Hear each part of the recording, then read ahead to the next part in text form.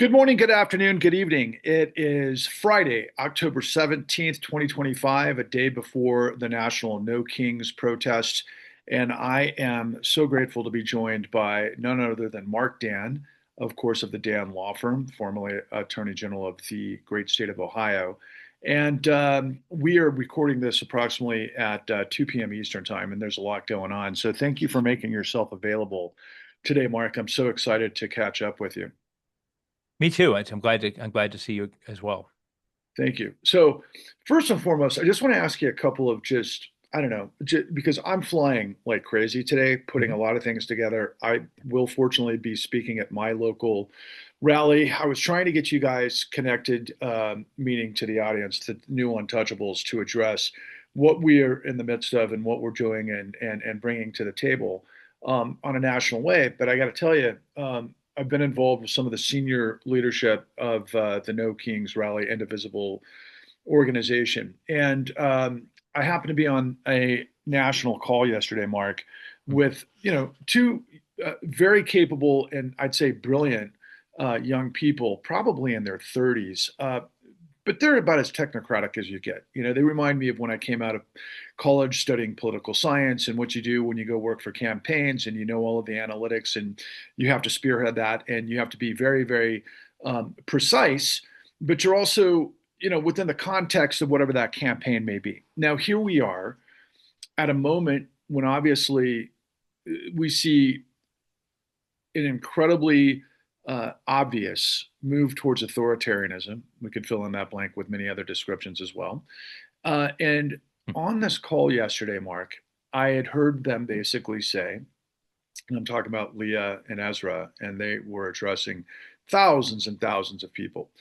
And what I heard in that address was we got to keep things safe. Here are all the things that they must be dealing with. I mean, we can only imagine because of what we've seen Pam Bondi and Steve Miller and Mike Johnson and obviously Donald Trump and everyone else associated with this flying MAGA circus, right? Basically, with their threats and their, targeting and their smears of, people who are anti-fascist or pro-Hamas and that sort of Mhm. thing. And I can kind of empathize with what kind of pressure they might be under, and also potentially, behind the scenes, what kind of influence, let's say, the DNC might have. So Mhm. when I listened to them address this national organization yesterday, I heard, the directions that we're going to be safe. This is how we're going to be safe. This is how we're going to, plan to deal with potentially disruptions or, let's say, ICE or other elements that come in to disrupt things to potentially, because there's a lot of fear that this could lead to potentially martial law and that sort of thing. And that's been really kind of the scuttlebutt for now months, right? As Mhm. this whole thing is starting to unfold. And they wanted to emphasize what the kind of things we're seeing come out of Portland, like the dancing frog and the satire, and the South Park character, and their really crazy outfits and blowing bubbles into the face masks of ice and everything else. Right? I can understand what they're doing, but what it's not is a full throated focus in a national way with tens of millions of people that would go after corruption the way obviously the new untouchables has the capacity to do.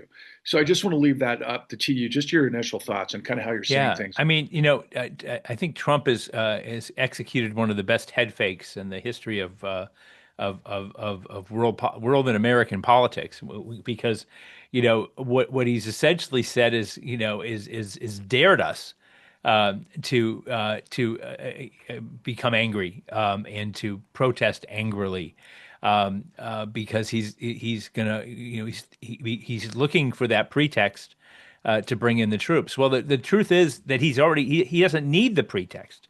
He's going to make it up anyway.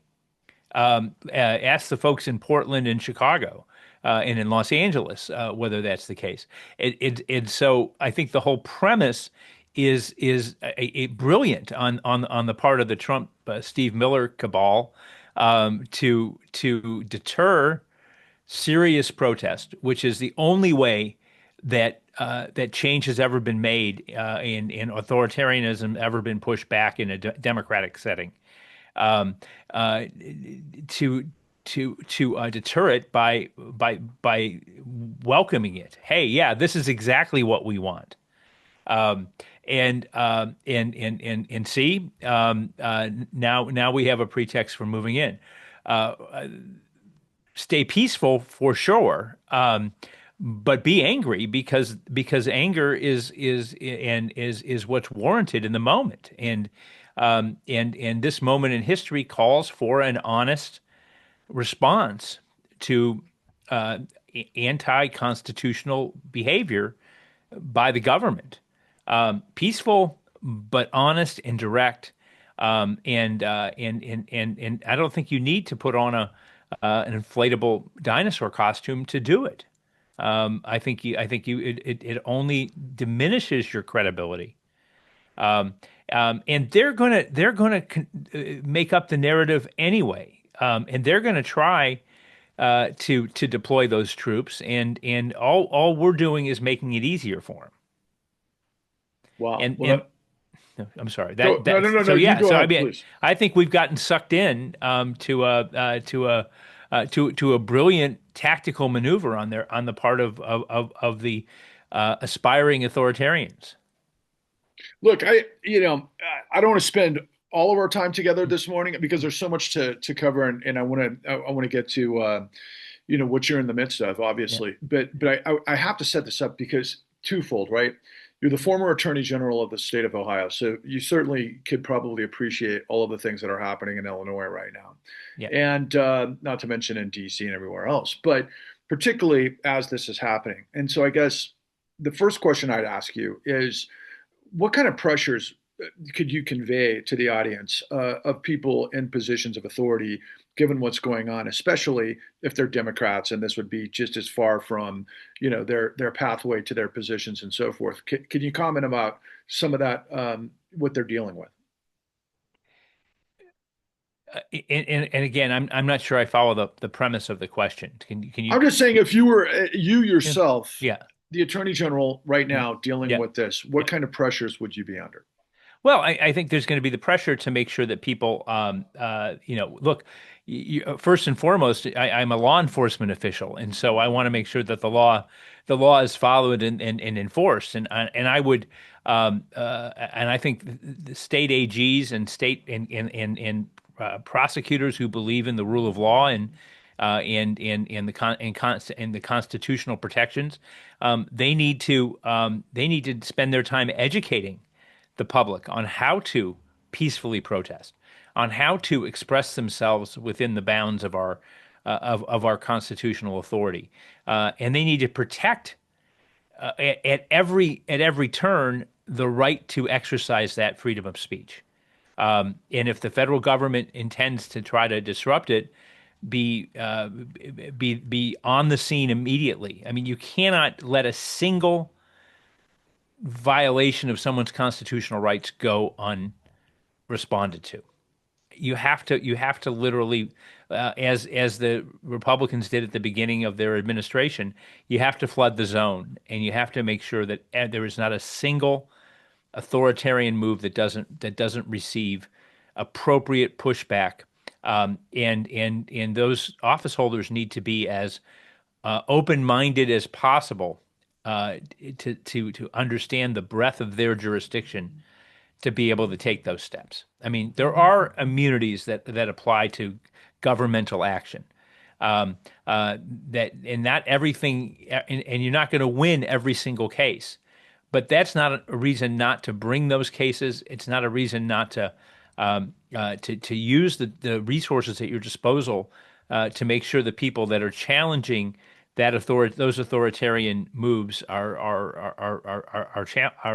being challenged, um, and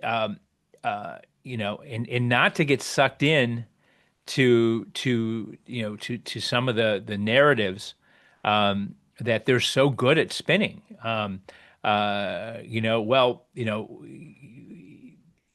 The distinction between a civil order of removal and some sort of a criminal a criminal right to arrest somebody. They're totally different things, and they need to be treated totally differently. And you can't allow local law enforcement to be supporting the federal government removing people on a civil warrant, for example. And you have to protect the constitutional rights of people who are accused of perhaps being without legal status in the country for no other reason. I realized when I was traveling yesterday that I had my passport card in my wallet, which I've never historically carried. And I think subconsciously, I don't know. It's because I was that I travel, or because I'm pretty outspoken. But I literally worry about a masked person challenging my right to walk the streets of Cleveland, Ohio, as a free citizen, or in New York where I was yesterday. That's an unbelievable thing. In 63 years on Earth, I never thought I would have that, um, conscious or subconsciously. I can't think of a better way to say, hey, bug off. Then here's my American passport in my hands, or the card version of it. I don't know why I did that. I'm going to put it away because I don't, I shouldn't be carrying that around. But I think that, but it made me think about all the people who, going to work. We have we have a very popular Mexican restaurant in Mount Vernon, Ohio, which is right in the middle of red Ohio. And it's owned by some Mexican American citizens, but who naturalized Mexican American citizens, who, by the way, were voted for Trump and were MAGA. And lo and behold, ICE came and arrested all of their employees, regardless of their immigration status. This was just this week in a town about an hour from Columbus, Ohio. It might as well be idyllic middle America. Mount Vernon, Ohio is a beautiful college town. It's one of those beautiful little towns you could ever, when you have a vision of small town. Remember the play Our Town? I mean, you could have been set in Mount Vernon. And amazingly, the owners of this restaurant were stunned to learn that this all applied to them. They thought somehow they were exempt because they were red, white, and MAGA Trump supporters. But their business is shut down. They're not going to be able to find people to replace the people that were working for them. People that work for them who are legal were arrested anyway. Ultimately, I believe in all the appropriate cases released, but this isn't. You shouldn't have to presume as you walk down the streets in America that you're going to have to prove your right to walk those streets. And that's what it's come down to. And if it could happen in Mount Vernon, it most certainly can happen in New York or Chicago or Los Angeles or Cleveland. And so that's a very scary thought. So we need to so one, we need to be willing to say the words, and to be angry, and to do so peacefully and appropriately, but to also make it clear that we are serious about making sure that every single infraction of the peace, every single incursion on the constitutional rights of any American, we're going to make our business, and we're going to do we're going to do what it is in our arsenal to stop it. And we're going to insist that our office holders, who are not Donald Trump, follow the law and do what's necessary to prevent that from happening. And I think that's what the AGs and the prosecutors and the local police chiefs and the mayors and the governors in this country can do right now. And they're doing it. I mean, they're doing it to. I mean, you see it happening in Illinois. You see it happening in Oregon, quite successfully. And Trump appointed judges are defending the Constitution, which is a beautiful thing to watch. I mean, it is working how it's supposed to work, but without the anger and without the articulation of what is at stake here, you're never going to build the mass movement that you need to build in order to thwart the creep and crawl of this authoritarian movement. So we can't bite on their invitation, that if they're going to use anything we do as a pretext, to try to strengthen their authoritarian practices, to move federal troops into states, and the kinds of things that they're doing anyway without reason. So what makes you think that by dancing and singing as opposed to seriously protesting and getting angry in a peaceful and constitutional way, that it's gonna be any different? Well, what's going to be different is you don't build a mass movement around memes. You build a mass movement around ideas and around articulating a vision for how we stop this from happening and how it could happen to you next. Wow, that was exactly what I was hoping to hear you say, and as powerful as I could imagine. Just to stay on the topic, just for one more question before we move on to next.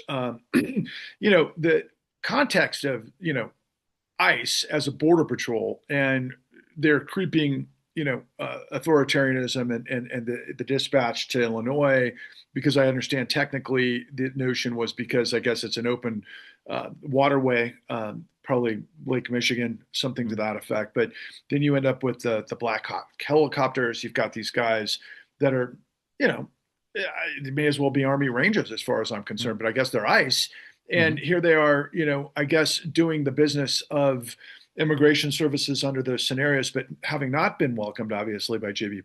Pritzker. And then, of course, the pretense I've heard several times Trump talk about, well, there were 4,000 murders. I don't know what time period he was qualifying that as, but the notion is they're selling, because we have two different kind of channels of information, right? We have the people in the heartland that listen to Fox and all of the conservative broadcasters, and they're getting literally an Orwellian sort of view of what most of us who follow these statistics understand, that crime is down in major blue cities over the course of the last, I don't know, 10, 15, 20 years, not to mention some of the red cities have skyrocketing crime, right? And so we're not seeing ICE in those. Can you kind of just give me your sense of the whole as we're looking at this? Yeah, look, what they're doing I mean, first of all, everybody needs to understand what they're doing with ICE is completely separate from what's going on, in terms of any kind of risk of crime in big cities. Is there some occasional crossover? Is there somebody who is not somebody of legal status who commits a crime in America? Of course that happens. And I think they've done a great job of pointing that out. But it is not it is not it is not proof in any way that crime is being driven by the fact that people who are not of legal status are free and roaming the streets of Chicago or Portland, or Cleveland, Ohio. There is no evidence whatsoever of that. Uh, you know what the government could be doing if they really wanted to crack down on crime is helping local police departments embrace technology to identify criminal trends and behaviors, and before they happen, whether somebody's a citizen or non-citizen. Because again, look, at the end of the day, it doesn't matter if you're a citizen or non-citizen. If you commit a crime, then constitutionally you can and should be arrested, and you should be tried, and you should be punished if you violate the law.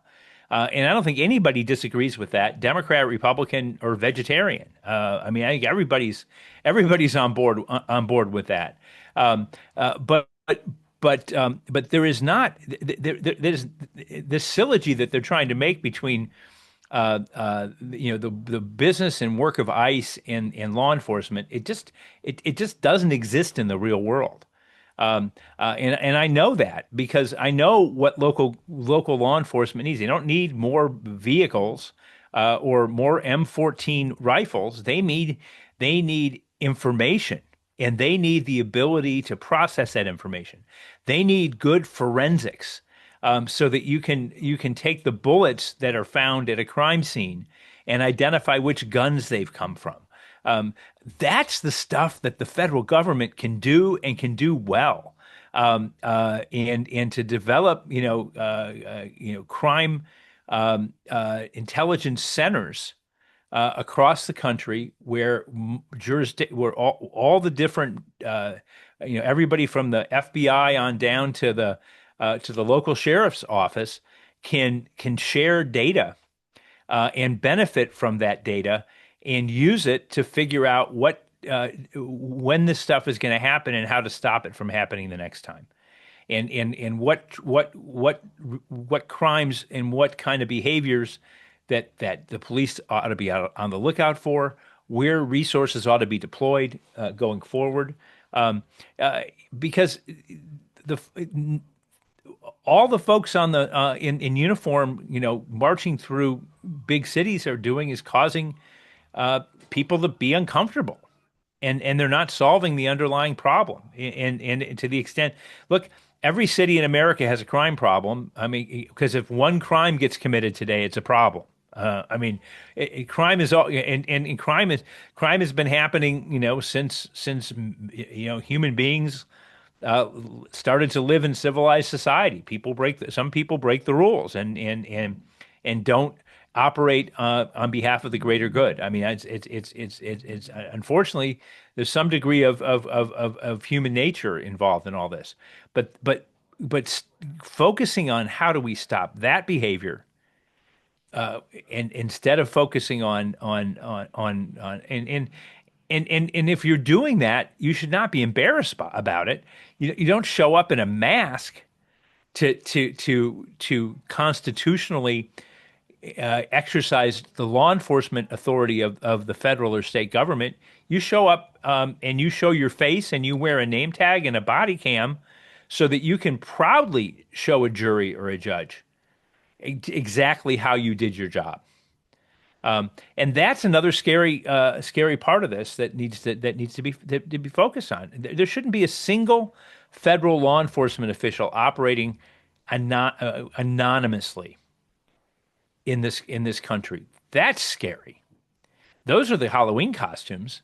Those are the people. The people in costume are the folks that that ICE is sending into these cities to question people who have for whom they have no probable cause to question. So I know that's a lot in a lot of different directions, but this is all things to be angry about, and not to be and not and look. Let Saturday Night Live do the parodies. Let's use serious protest to make a serious argument about what it is we should do. What should elected officials do? What limits should individual members of the military community, where does their duty to the country start and their duty to follow orders end? Because we're getting to that point. If you're a member of the National Guard and you've been mobilized for an unconstitutional purpose, or if you're a member of the of the special forces and you're being deployed to Chicago, because in historical democratic responses to authoritarianism, that's where when the folks in the military start to peacefully protest, and to resist illegal orders, is when those authoritarian when you expose those authoritarian emperors as having no clothes. Fantastic. One thing I want to Although comment I don't on. think any of us want to see Trump without clothes. I've been passing around a lot of memes of him as the emperor with no clothes, and Yeah. it is not a fun sight to look at. No. But a lot of people like to share it. I'll tell you, because you're right about Yeah. the memes and everything else, and that's not a real way to develop a movement on par with this movement that we've seen pretty much transpire decades by way of the billionaire technocrats and all of the things that have led to this moment. I just want to comment on this real quick to get your thoughts, and then we'll move on to the next step. But you know, I've observed for decades that for example, in conflicts in Israel, for example, um, there have been many rock throwers behind masks that were paid for by sources that were organized, that were on the front lines of the West Bank or Gaza and that sort of thing. And in 1998, there were far left protesters that were behind masks that were doing the same thing and explosions, and they were you know, vertically integrated. There was financing from groups that could be maybe espoused as terrorist groups or that were actually named terrorist groups, whether they're Hamas, Hezbollah, those sorts of things, right? Mhm. But here we have this really interesting dynamic over the course of, let's say, the last 24 years of the war on terror. You've got a lot of the elements of Blackwater, Eric Prince, basically a mercenary military that's gone, let's call it free agency. A lot of these guys were trained as Army Rangers, the likes that come out of the elite, you know, uh, SEAL team and that sort of thing. And they go freelance, they become mercenaries, they go work for these overlords of UAE. They're in Cyprus, they're all over the world in these things over the course of the last 24 years, right? They're behind masks. They're paramilitary guys. They're working for oil oligarchs, that sort of thing. And then during the first Trump administration, as I recall, Bill Barr had admitted that there were unmarked vehicles in places like Portland, where and Wisconsin and others during the Black Lives Matter protests, where a lot of these return guys and nobody really bothered in media to ask who they were and why they were.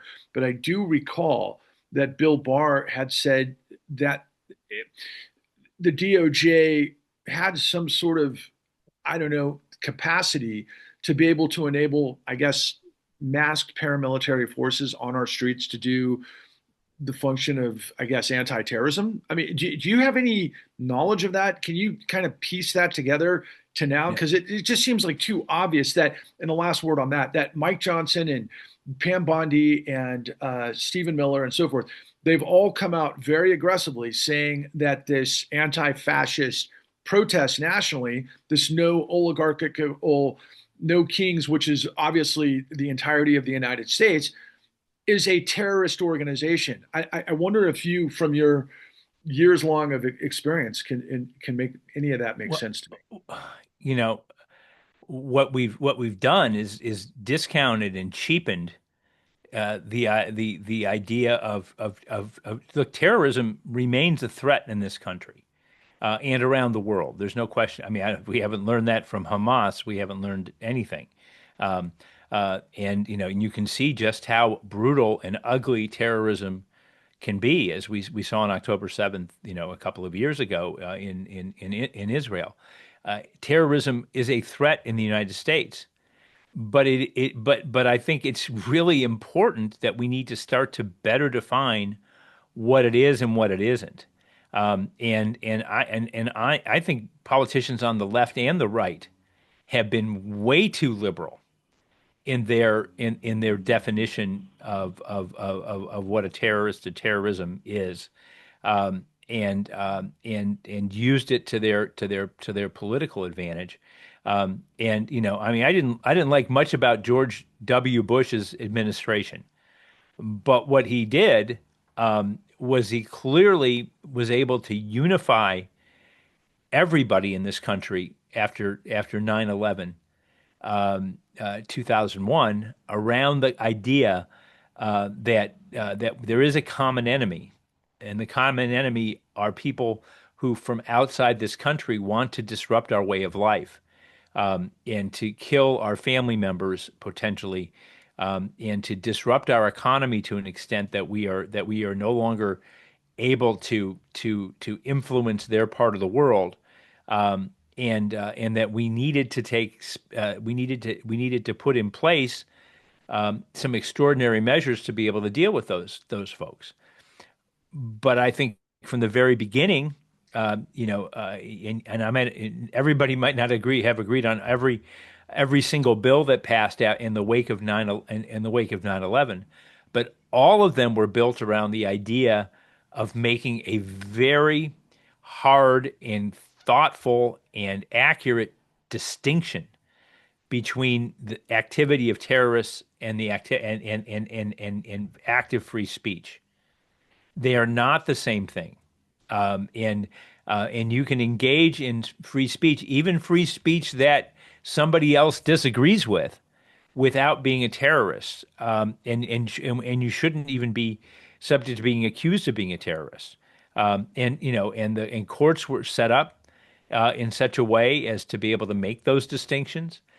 Law enforcement was limited in what they could do by having to obtain warrants, even if they were from, courts that operated in secrecy because of the necessity of protecting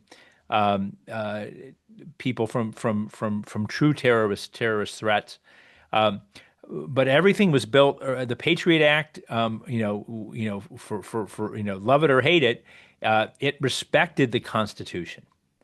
And what I'm worried about now is this cheapening of the concept of terrorist and who's a terrorist.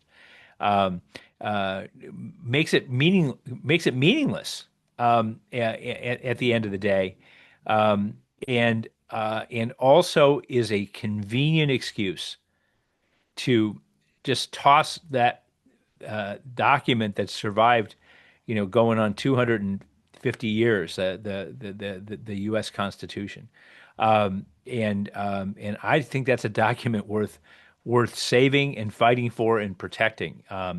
And the right to disagree is absolutely part of it. Even if you agree with a country that whose tactics we disagree with, even if you agree with a country, agree with people that commit acts of terror, with that, as long as you're not committing acts of terror, you ought to be able to say so, with absolute protection. I mean, there's just nothing more important than that right of free speech. So at every turn, and this is what I'm hoping people will leave the No Kings rallies.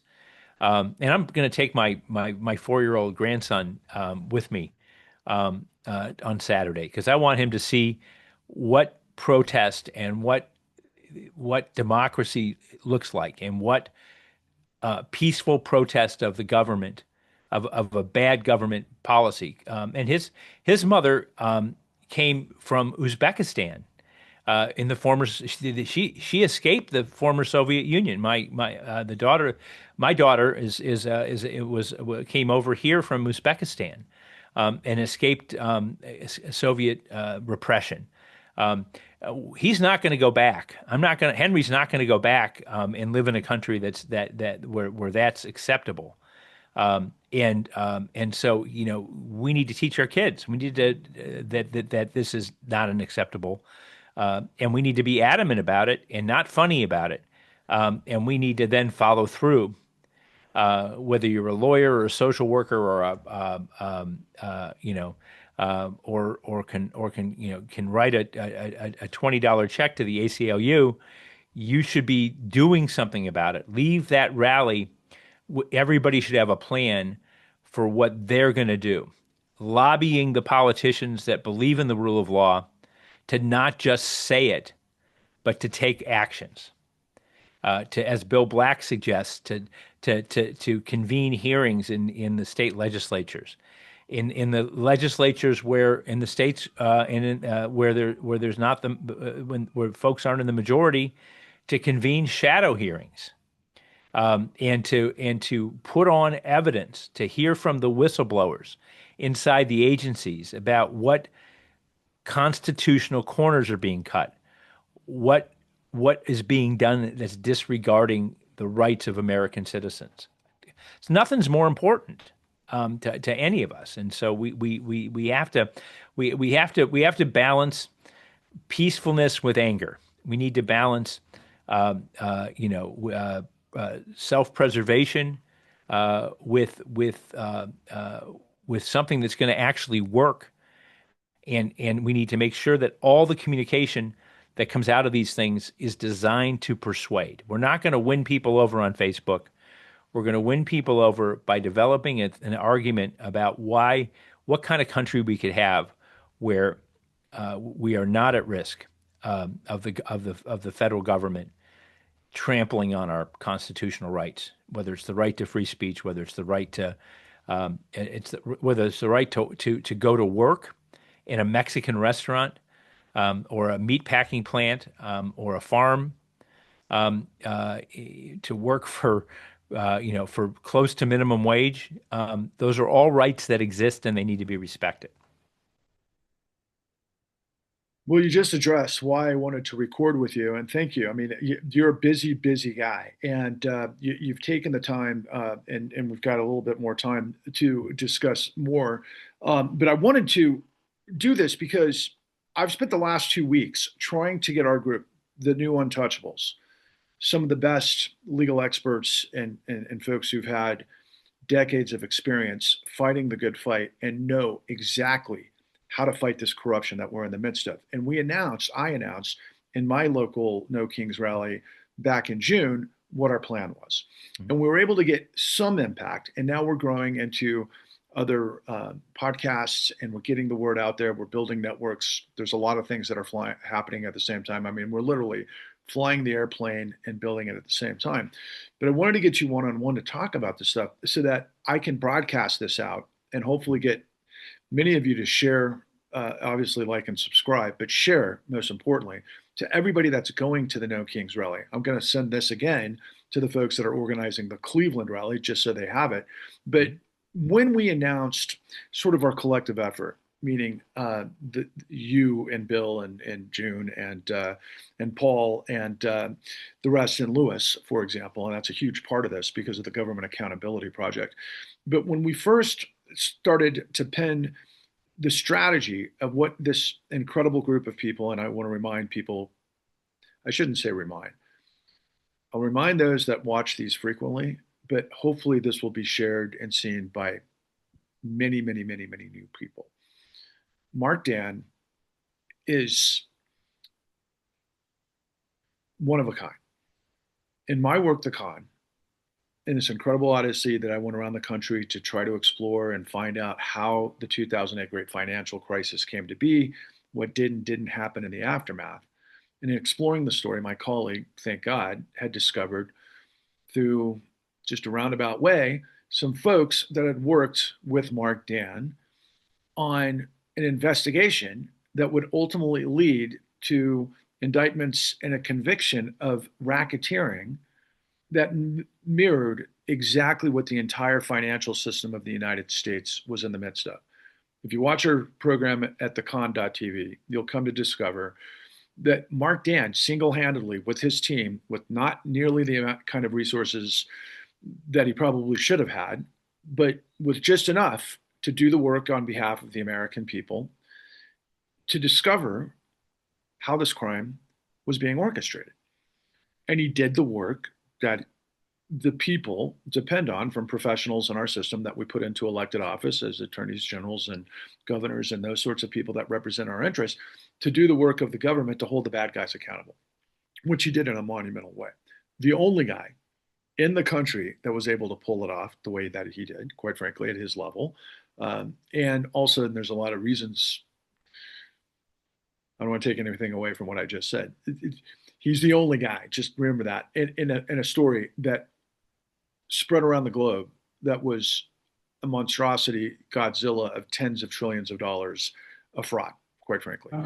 We're literally about to go through that again on a whole nother level of things. But the reason why I want the viewers to understand who Mark Dan is because he is literally one of the top legal minds in the country, and just incredible resources. And he's been in politics and that sort of thing. And so when he's addressing us and giving us this sort of insight about how we need to really approach this, honestly, blowing bubbles and dressing up in plastic things are great, and they're great for the kids. And we are in a spectacularly horrific moment. And 4 months ago, we laid out a plan that includes what he just laid out by way of what Bill Black has, and we'll talk about that a little bit further. But further to that, Mark Dan had his own initiative, and I want to just kind of give a couple of bullet points here, and then let you riff on this, Mark.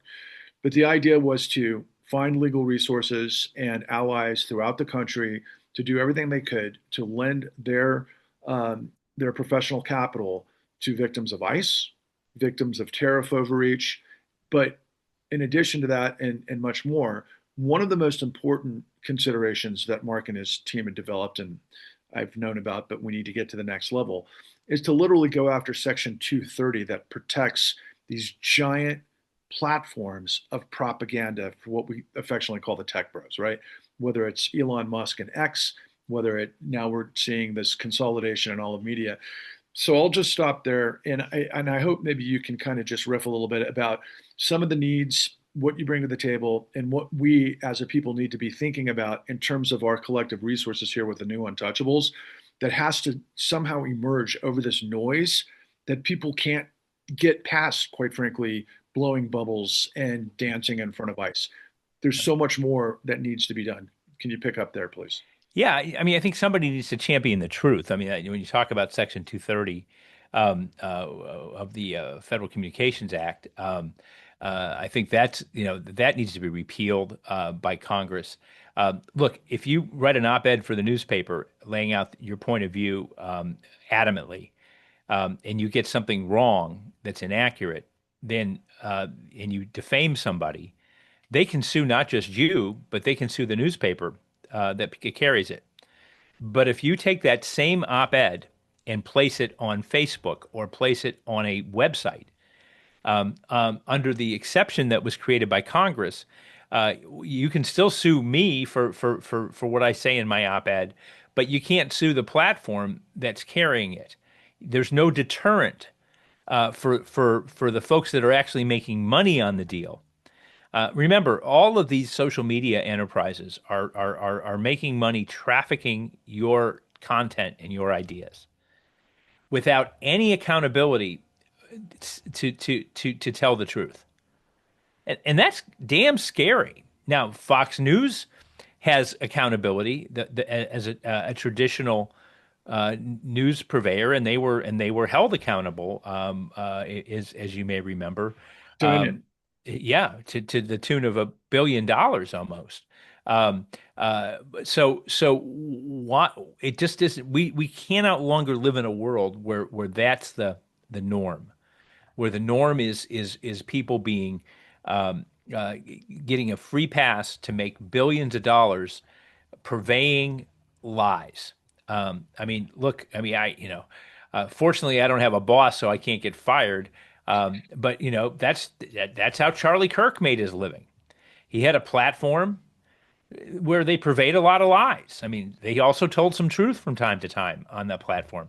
And may he rest in peace. And he didn't deserve the way that nobody deserves to be killed for their ideas, and nor should have he. But let's be honest. I mean, there are Twitter or X as it's now called. All of these platforms, Facebook, are making millions of dollars with continuing to convey inaccurate information with no accountability for that. And that's got to come to an end because and what can we do? So in the long run, we got to elect people that are going to repeal those laws. In the short term, what we need to do is make sure that when we protest, when we speak out, that we do so angrily and accurately, and we back up what we do with facts.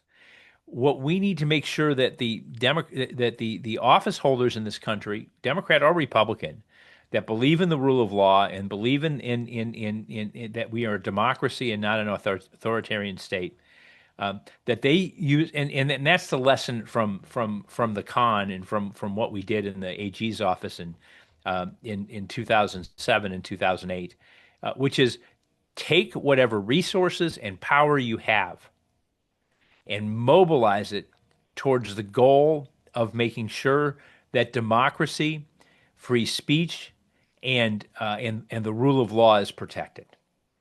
I don't think that's asking too much of our elected officials. If people in mass are pulling people off the streets in the United States of America, then they ought to be arrested for kidnapping, and the local prosecutor ought to do that. If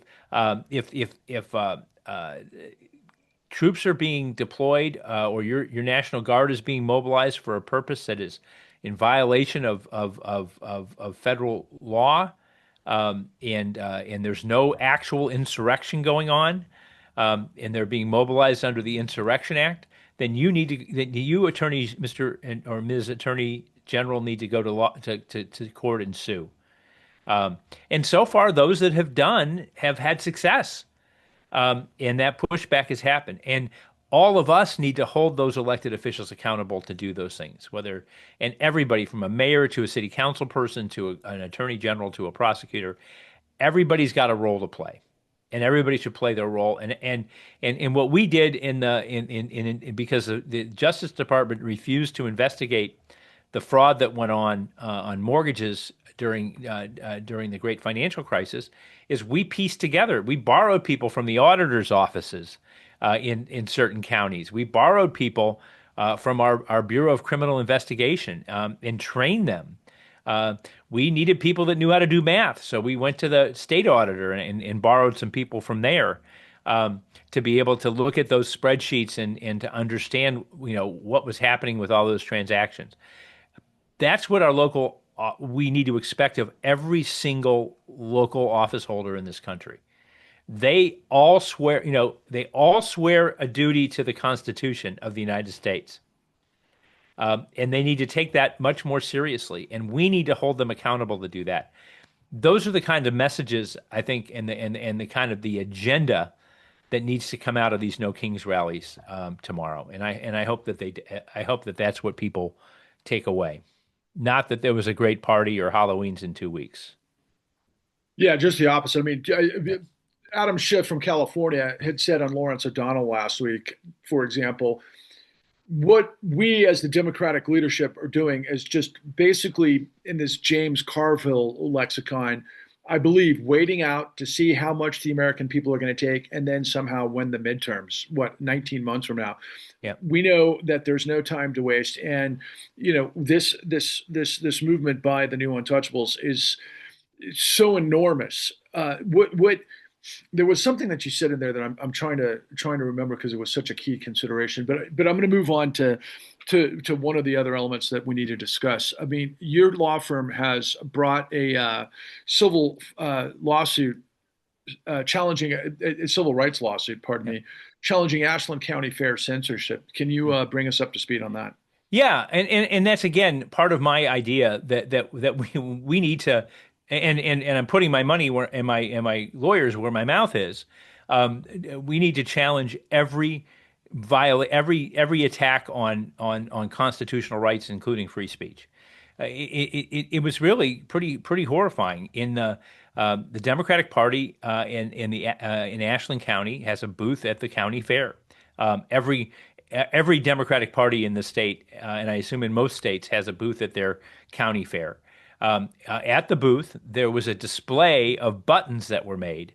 Those buttons had MAGA-looking hats with slogans that were against the administration, because they were Democrats and they were talking about Republicans, and which is what that's what the Democratic Party does. They were conveying a message. They were displaying those. They weren't even for sale. You could make a donation, and they accepted donations, but it was not. They were there on display for people to see and to spark conversation. And the Ashland County Sheriff stepped in, confiscated those buttons, and the Fair Board then terminated the right of the Ashland County Democratic Party to continue to operate their booth at the fair. I mean, what's a more direct exercise of somebody's free speech right is than having a political booth at a county fair. And the Ashland County Agricultural Committee substituted their judgment for the constitutional right of the Ashland County Democrats to talk to the people of Ashland County as they traveled through the fair. Nobody made people go up to that booth, but that booth was available so that that dialogue could happen. Just like the Republicans had a booth. And if the Libertarians wanted one, they could have a booth at the Ashland County Fair and should have a booth. So we're suing both the sheriff for confiscating the buttons and the fair board for terminating the booth at the fair to get an injunction to make sure that next year's fair will have a Democratic booth where those ideas can be discussed again and make sure that the rule of law is. But you have to take on every single authoritarian act that happens. I mean, those were not threats to President Trump. They were expressions of dissent to a president that has alarmed a lot of people.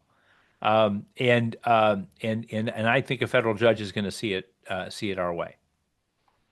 Wow, Mark. I mean, maybe tis the season of Halloween, but that's a serious nightmare. I mean, it doesn't sound like the Democratic Party of Ashland were behind, I don't know, masks and headwear that Yasser Arafat would wear, and they weren't, obviously torching rocks into the county fair, and yet they were kind of being treated as such, given what we've heard Pam Bondi and Steve Miller and Mike Johnson and obviously Trump and yada yada yada, right? I mean, come on, this is almost beyond absurd.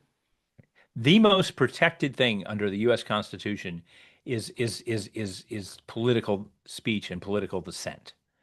And part of what's kept our democracy together and kept our country together and so unified all these years has been our respect for the opinions and the rights of those that disagree with us to speak their truth. And that is but what Donald Trump has reminded the country is that that's a battle that has to be fought every single day of the week, and that's what we're doing. Well, you just gave, I think, closing commentary, but we've got 5 minutes, and I'm not trying to basically, what am I thinking of? Just kind of keep it going along. But the bottom line is, I want to give you a closing a comment here because, again, the leadership of the indivisible national organization and those in Ohio, particularly Cleveland, which I'm going to forward to this right away, they're not fully understanding the forest for the trees. It's like I feel like I'm in a movie and I'm seeing a bunch of, I'm sorry, people who haven't been around the block like we have, like you have, people that don't know the system. They're not professionals. They don't understand what is going on. And I get the fact that you want millions of people out there because you've got to demonstrate to the country that there's more of us than them and all of those kinds of things, which are very important. And I applaud the satire. Trust me, I applaud it. But without a plan, without experts, without people to be able to fight back, because we know, and this was the last thing I want to say. This is why I'm milking it, and that was the metaphor I was looking for. You initially, when Los Angeles experienced ICE in the beginning, you came up with this concept, and Bill Black has pulled us up because you guys are all professionals. And what we're seeing in the Department of Justice, we obviously saw all the IGs leave. We saw all the professionals, the guys who've been around forever.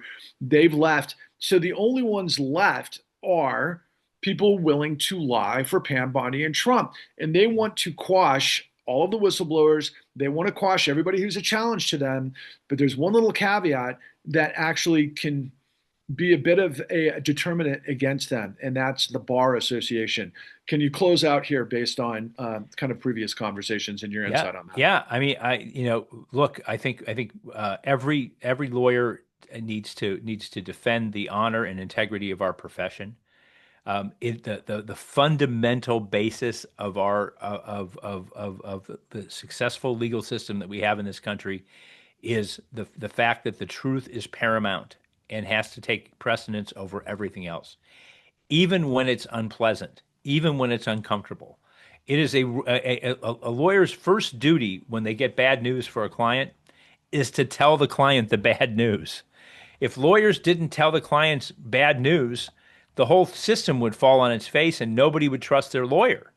The courts need to be able to trust when a lawyer says something that it is grounded in fact, and when they make a representation about legal precedent or what the law is, that it's grounded in actual case law and decisions that are made. There's nothing more fundamental. And so we have a great history of prohibiting people from participating in our profession who choose not to do that. And a number of people, and I think we've learned from the Government Accountability Project, sad stories of people at the U.S. Justice Department that are being asked to make misrepresentations to federal courts and to state courts and to the public. Lawyers have no business doing that, and if they do, they ought to be disbarred. And so, in addition to challenging in court any action by the federal government that even begins to echo of a violation of constitutional rights or authoritarianism, any act by a lawyer acting on behalf of the government or acting on behalf of a political actor who is making a misrepresentation to the court or to the world ought to be taken very seriously and ought to be pursued. And as unpleasant as it is, and nobody likes to see a lawyer sanctioned, especially a lawyer that's been sanctioned, like me, in my experience. And I'm happy to talk and explain that to whoever asks me about it because I have to. That should be the situation of everybody that makes a misrepresentation as it relates to anything. There is not chaos in the streets of Portland. There is not. There isn't gunfire in Chicago that's directly related to the presence of people who do not have the proper documentation of citizenship to go to a 7-Eleven. And to make those representations to a judge is something that should cost those lawyers their license. And frankly, those lawyers should say no. And those acts of civil disobedience matter. And again, it's like the discussion we had about Section 230, and we need to go. If you want to make America great again, here's how. Let's make everybody accountable for the truth of what they say, whether they're a lawyer in a courtroom, whether they're a social media site that's making money by republishing untrue things that activists say, whether in any context. Let's leave the No Kings rally with a commitment to fight for the truth every single place we go in our lives. And if you just do that, I think we've got a shot at pushing back this movement towards authoritarianism. Well, brilliantly stated. And we know in our personal lives, we're supposed to know what's right is right and what's wrong is wrong. But of course, as you preface, the Government Accountability Project did exactly that with their whistleblower as it related to Emil Bove and his directions to the Department of Justice to ignore what was it, the appeals court, or it was in the context of all of the things that were going on with ICE in Los Angeles. And then, of course, that guy gets approved to go to what, the Third Circuit Court, I guess, which is a pipeline to the Supreme Court. So America, yeah, we're up against it. We're up against it, and those of us with the better angels of our nature have to come to the fore and rise just like everybody else has throughout American history to provide the freedoms that I think many of us took for granted. But you're not going to for long if we don't come together and rise to the moment in the millions with the right architecture and the right determination, but forged from leaders like Mark Dan. Please check out Mark Dan at his law firm at danlaw.com. I'll have a description if you ever want to get in contact with him, if you're a podcaster, if you're media, if you're others, and I'll just tease this last piece. There's another lawsuit that Mark is involved with his firm that literally discovered that the billionaire owners of the Cleveland Browns were in cahoots with the state of Ohio to claim unclaimed funds of widows and vulnerable people around the state to help manifest, I believe, the rebuild for the new Brown Stadium. What we've discovered on our journey is greed has no limits. And when they also can get away with lawlessness, they will. And the only reason we have the law is to hold the guilty accountable, and truth matters, as does justice. So thank you, Mark. I Thank you, appreciate you. Patrick. We're going to keep going on as the day goes, Yeah, but yeah, I've got to get this to everybody who needs to see it. So all the appreciate it. best to you. Talk to you soon. Take Thank you. care.